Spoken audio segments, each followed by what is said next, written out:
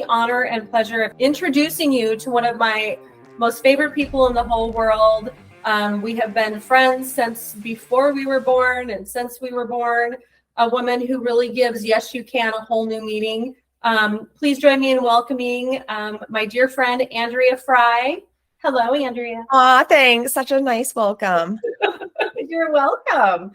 Thank you so much for taking time out of your crazy schedule to join us. I know that we tried to do this a few times and just our schedules have been, not aligning perfectly. So I appreciate it on a Friday, cold Friday afternoon in your part of the world and my part of the world and warm in others.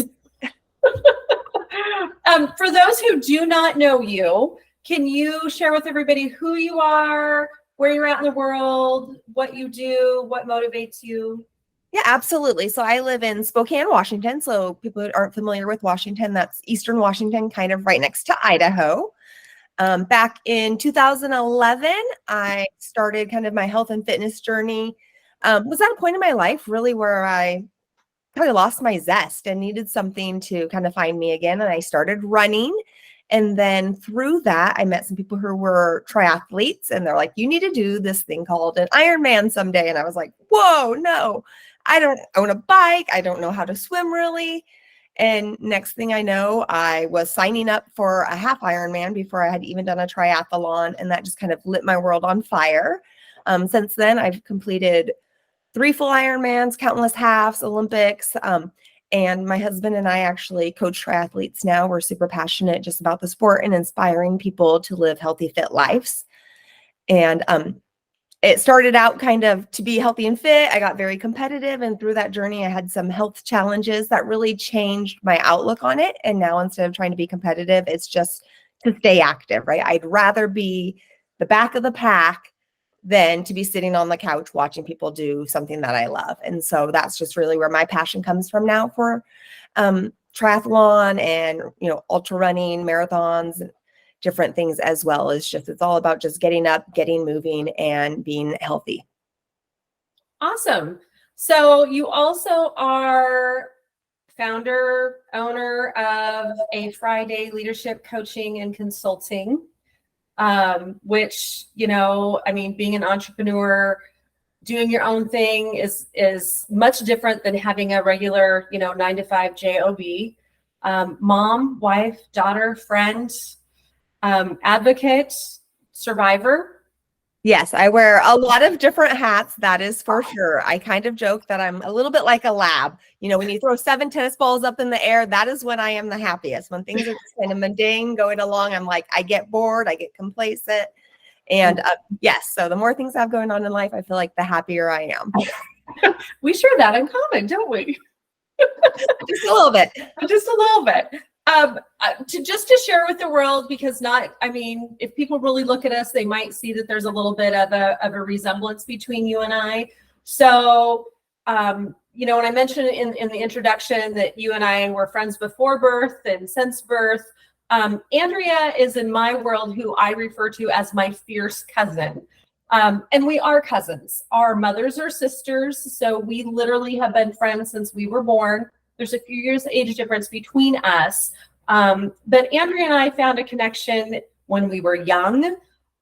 It's carried on through our adult lives. And I feel like we have a bigger connection now than we ever have as far as, our work in advocacy, inclusion, connecting with ourselves, Earth, helping people figure out, what their journey is and how they can do things, lifting others up. It is so cool for me that we have this bigger connection and that you've got to share in some of the Adaptive Star journey. Absolutely. Yes. I'm all about using your passion for a bigger purpose. And Adaptive Star, that is, what it's all about. They have a lot of different programs where they partner with triathletes and runners and things to include people who aren't able to get out there and do it on their own. Maybe they were born with a disability or something and life has happened that they're not able to.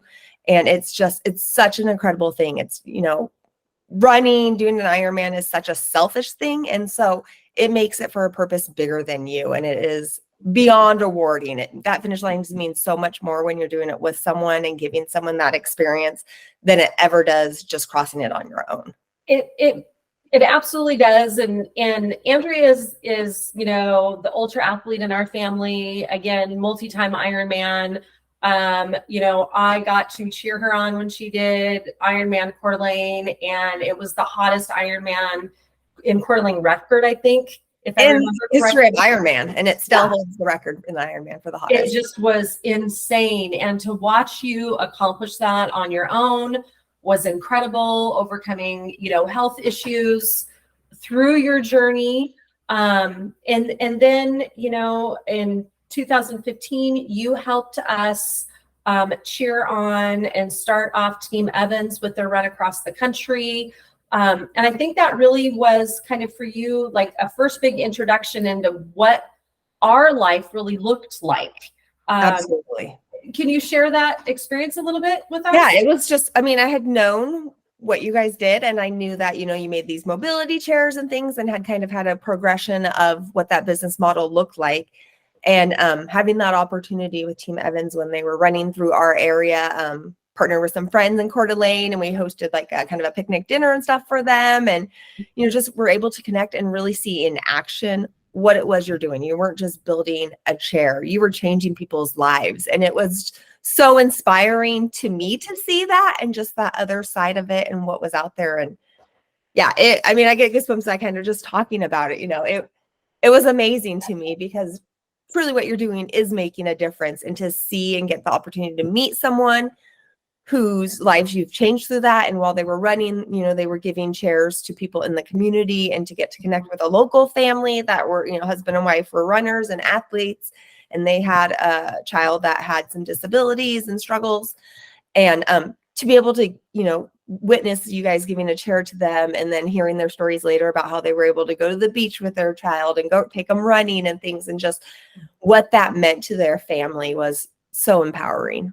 It's incredible. And not everybody understands that. And then you had an opportunity, fortunately and unfortunately, through circumstances with a dear friend of yours, to get behind a chair and experience what it's like to be part of a duo team. Absolutely. Yeah. So I have a really good friend. She's done Ironman, 70.3, super into running, skiing, very, very active, and mountain biking. She was in an accident where she went over the handlebars, spinal injury, and was paralyzed from the waist down. And they, you know, weren't sure if she'd ever walk again or anything. And she is, being such a strong athlete, I think has really helped her. And so she really was missing kind of that, you know, during her recovery and stuff and healing, that experience of getting to be out there on the race course with friends. And so I reached out to Terry and said, hey, I have this friend, you know, could we get a chair to use? And so was able to do that Hayden half marathon, 10K race, pushing her. It's a super, super hilly course. And probably my favorite experience of the whole entire race. Like, I'm pushing her up this hill that just is super steep, and I felt like I was doing like lunges almost up it. And this other lady I hear behind me yelling, I'm coming, I'm coming. And this lady is trying to run to catch up with us to help push up this huge hill. And it was just so cool to see the sense of community, and just people along the course, you know, being like, wow, what you're doing, you know, is incredible. And I thought, you know, it's nothing compared to when I look at like Team Liza and other teams, Team Hoyt, you know, their whole story, and doing a whole Ironman doing it would just be such a huge challenge, right? Just knowing that. And it was really cool to be able to give her that race experience. Luckily, she's continued to heal and fight through this, and, you know, has gotten a power chair. She's able to do like a hand crank bike now and different things, which is amazing to see. So she can get out there on her own now. But yes, it was so neat to get to experience that firsthand and give that, you know, gift to someone as well. It's incredible. And I mean, you know, I'm not a super athlete. I tell everybody I'm the 5K girl. It's the ugliest run anybody's ever seen. And for me, it's just about being on the course, doing a you know, short 5K, and having an experience and a connection with somebody.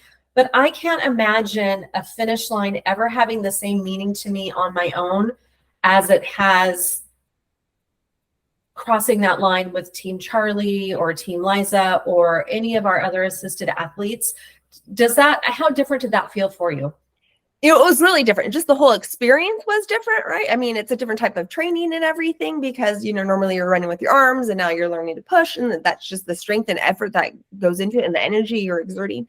But to accomplish it together, right? And just being, crossing that finish line together, and her being, just as excited for getting to be out there and experiencing that again, where it was something that she was missing doing. And, all the friends are out there cheering us on. We had a lot of friends that were, the different aid stations they were at volunteering and stuff too. And so, yeah, crossing the line with her was, it was really, really special. And I think people were really surprised that is even out there, that's an option for people to do, right?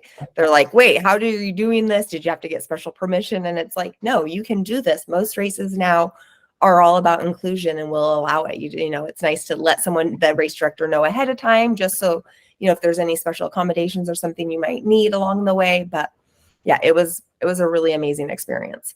Were there other duo teams on the course for that event? We were the only one for that event. Wow. I think in past years, I know that there have been some dual teams through Team Hoyt and Coeur d'Alene that have done it. But that last year, we were the only team doing it. So complete eye opener for a lot of people, wasn't it? Yes.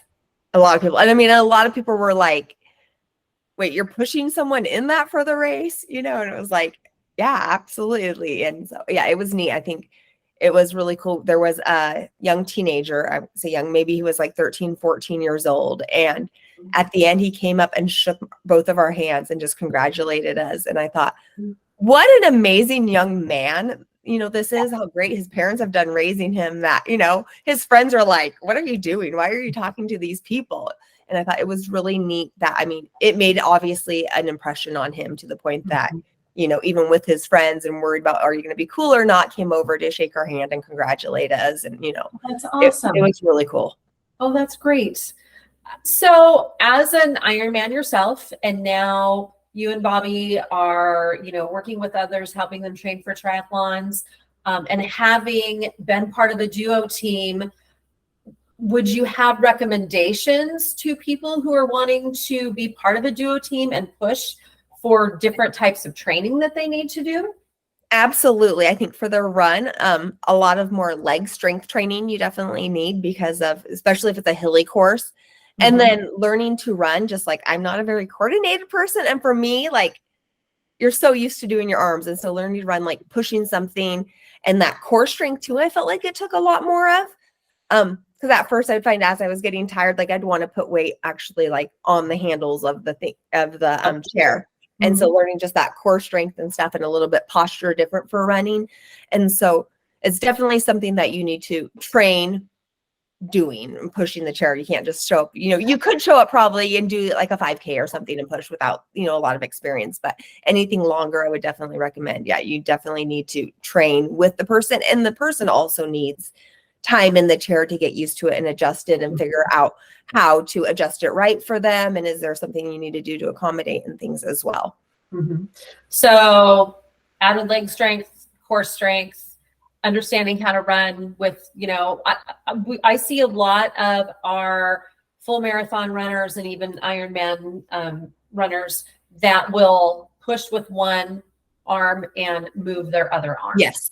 So that's a different learned push as well, because Absolutely. Whatever your dominant side is, the strength and control you have to have is incredible. Yes, it was definitely, it added so much to it as far as, what it's taking and just how to do it. But it was really good. We should maybe talk about a little bit of collaborative training video and recommendations for people training. We get people asking all the time, what do I need to do? And, I can tell them certain things, but it would be great from a collaborative part of having somebody that's been through everything that you've done, and you have experience on the backside of the chair too, from a trainer's perspective of what additional workouts. That'd be super fun to do. Absolutely. That would be a lot of fun. And maybe, we could incorporate Team Hoyt Coeur d'Alene that's in your backyard. Yes. I'm sure they would be all for it. They're awesome. And they loaned you guys a chair, right? Yes. Yep. We were able to use a chair from them, and yeah. It was Awesome. And they're an incredible group. I love working with them. And they have grown leaps and bounds since they started in the Coeur d'Alene area a few years ago, and just a great group of people.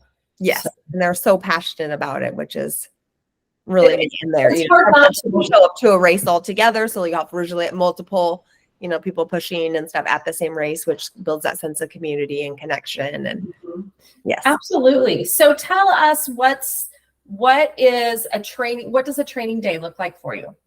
I'm in a little bit different phase of training right now. I have some health stuff going on, and so definitely changed how I train now. It's a lot, I wouldn't say easier, but not as hard. Like I'm not hitting huge watts or for biking or super fast pace. It's more low endurance training. So keeping the heart rate super low, but longer distances a lot of times. And then a lot more actually like yoga, strength training, stretching days. And I'll even do days where it's like, yep, I'm just going on an hour walk or an hour and a half walk. And so it looks very different now from what it used to. And I'm currently not training for a full Ironman and so that's kind of part of why it looks different too. But definitely working on right now, like building just strength and, just flexibility and just mobility for life really is what my focus has been currently. So, health-wise, you've been on a journey. You've mentioned you're in a different place now than you used to be, and talking about how that changes what your daily training is. We have a lot of athletes that have traveled similar journeys or have recently new diagnosis. So what I'm hearing from you is it's not necessarily about that you have to get out and you need to do that Ironman and life ends if you can't do that. It's you're finding other ways to bring that fulfillment. Absolutely. Yeah. So like right now I try to be active at least 45 minutes a day. And so before, if I was training for an Ironman or a half Ironman or just whatever it was, I might go out and do a 3-hour workout in the morning, come home and do another 45-minute workout and, 6-7 days a week, depending where I'm at in that training load. And so now it's, every single day I do, at a minimum 45 minutes of activity. It could be, I try to cycle a few days a week, kind of a walk jog a couple days a week, strength training, swimming, really stretching, core. And so really mixing it up, actually do bar classes some days as well, which has been really interesting because it's uses different muscles than what, just swim, bike, run. And so incorporating different types of fitness, HIIT training and stuff into the mix has been great because it definitely identifies and kind of screams out what your weaknesses are, which overall are going to make you a stronger athlete by not just focusing on the same things all the time. So if you had some emotional support, some words of encouragement to share with those people that are in a similar situation, what would that be? Kind of my motto, it's become a joke a little bit in our family, is I'd rather be a tortoise than a couch potato. Just get up, get active, right? The less you do, the less you're going to do. And, it has been a mental journey of accepting like, hey, I'm not running at a 7:45 pace for a half marathon. It's okay to be a 10, 11, 12, 13-minute pace, right? You're still doing the same distance. You're still crossing the same finish line. And it's still just as rewarding. And sometimes those, even though it's taking you a lot longer, you've had to fight harder to get there. And so it's just all about get up, get active for me. And I encourage no matter where someone is on their health journey, to get active. It doesn't matter if you've been an athlete forever or you're just starting and maybe you are morbidly obese and you're like, hey, I want to change my life. Get off the couch. And maybe for you, it's the goal of 15 minutes, go for a 15-minute walk. And every day that's going to get a little bit longer. You can add to it. And just knowing you don't have to compare yourself to where you were yesterday or where you used to be, right? Just do your best each day. And that at the end of the day, that's like when I want to go to bed and be like, yes, I did the best I could today. That's wonderful. The Team Hoyt motto of yes, you can has always resonated with me. And I feel that from you of yes, you can today, I can do this. And tomorrow I might be able to do this. And at the end of the day, as long as you moved your body and you did something, again, you've gone to bed feeling that you've accomplished what you needed to for that day. Absolutely. I think when I was training for my first full Ironman, and maybe it was like a few weeks out from it, I was at the YMCA swimming, and there was a larger lady next to me, and she's like, wow, you've just swam so far, because I was like at the end. So she had seen me swim like 2.5 miles. So I was in there for quite a while. And she's like, I wish I could do something like that, but I never could. And I just stopped her and was like, you can. I was you like a year and a half ago. I had been, overweight and different things. I wasn't ever the athlete growing up and stuff. You were a swimmer. I wasn't a swimmer. I could tread water. That was it. Like, literally, I hired a tri coach and I went and swam, had a panic attack in the pool. And for 2 weeks, all I did was a giant bowl on my kitchen counter, face in it, goggles on, blowing bubbles, getting used to the face in the water. So it really, anyone can do it. It's just a matter of, is it important enough to you to do it? And if it is, then you're going to find the time and make it a priority. Yeah. You just took an incredible journey not long ago. Like, yes. Has it even been a month? No, I think it's been 2 weeks. 2 weeks? 18 days. I think I've been home. Yes. Tell us about that journey. What did you do? How did you do it? Because you did it a little differently. Yes, I just got back from doing the Camino de Santiago, which, if you've heard of it, it's a religious pilgrimage in Europe to Santiago, Spain, which is a beautiful cathedral. Most people walk it. I love cycling. I love gravel biking. To me, is like riding a bike when you were a little kid, just for the joy of it. Mm-hmm. So I decided I was going to do this, and I was going to cycle it, because I love riding and because I didn't have 3 or 4 weeks, a month and a half to go and walk it. And so I kind of threw it out on Facebook. I knew I would do it either alone or with people, but I feel like adventures are made to be shared. And so 2 amazing ladies that I know from Zoop Sports, so it's a triathlon company, were like, we want to do this. One of them I had never even met in person yet when she said she was going to do it. And she had actually qualified for Kona, which was in October as well. And she decided to not go and do Kona and to go and do this instead, which is oh my gosh. Awesome. Wow. And the other lady was a pro Ironman previously.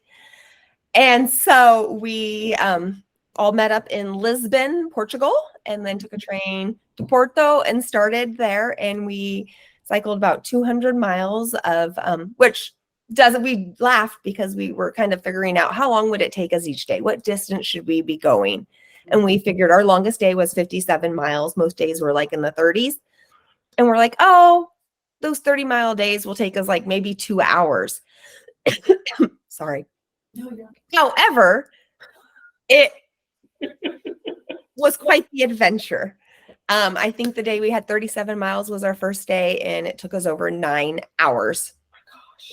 And it was pouring torrential rain and wind, pushing bikes through deep sand, up muddy mountain roads, riding on boardwalks. I don't think any of us really realized what we were in for before we even started. So the first morning, it kind of was soul crushing a little bit. We rode our bikes from the hotel we stayed at to the church we were going to start off. So it was like about a 1.5 mile bike ride there. Before we made it to the church, 2 of us had crashed. And the front wheel of a bike was very bent. So we had to put it like in a train track and try to bend it back enough so it was rideable. So it was like through the whole time. Oh my gosh. I mean, we were like, what are we doing? Like, this is crazy, just because it was so wet, windy. Cobblestone is super slick. None of us had ever ridden on cobblestone. I'm not sure how the Tour de France can go that fast over cobblestone. Yeah, it was insane. And it was so much fun at the same time. It was just, every day you get up and we're like, really? More pouring rain? 5 minutes, you're drenched through. Mm-hmm. And that was the purpose. Every day we'd get up and we would just ride. And you're riding from kind of little town to little town, tiny rural church to tiny rural church. And finally we made it to Santiago on day 5. And it was absolutely incredible. It was challenging in so many different ways of doing an Ironman. And I think also none of us had ever done a multiple day ride like that, where it's every day you're out riding and challenging terrain. Definitely like underestimated the amount of hills, so many steep hills. And it's gravel you're riding on, or kind of mountain biking, dirt, sand, mud. With all the rain, there were parts where the river had actually or rainwater had washed away the trails. So we're like trekking through deep water, and it was incredible though, and just super, super fun and rewarding, and amazing the connections of the people we met along the way. I know you were really looking for this journey to fill something in you that you had been looking for. Did you do that? Coming home, I kind of was writing a journal, and in it, I found myself writing, I don't know if I found what I came for, but I had this new sense of peace with me of it was just such a different journey. And for me, I don't want to get emotional. It kind of, you see that I'm dabbing at my eyes because I'm getting emotional in life now. And, I still can do things. It's just going to look different than what it used to look like. And so, in which, when you asked me to do this podcast and then just brought this up, just right now as I'm talking, kind of occurred to me, pushing someone in a mobility chair is a different kind of a journey than what most people really think about as an athlete. And so, it was amazing. If anyone ever has the opportunity, I would definitely say go do a Camino de Santiago, whether you're riding it or walking it, which is the traditional way. Yeah. It's an amazing experience to really disconnect and reconnect with yourself, and just mentally, spiritually, physically. Absolutely. I'm so proud of you. In doing that journey, fulfilling a dream, let's kind of pull it back around to duo teams. Is that something that a race chair could do? Absolutely. 100% a race chair could do it, especially with the walking. There's a few spots where there's on the trail itself, there might be stairs. And so we were on bikes, so we just had to, pull up a Google map and take a little detour around that area type of a thing. But absolutely there could be. I know while I was researching it and stuff, I did see on, internet, Facebook and stuff, stories of someone doing it in just a normal traditional wheelchair. And I thought, as I was out there, I'm like, how did they do that? But yes, in one of your amazing chairs, absolutely.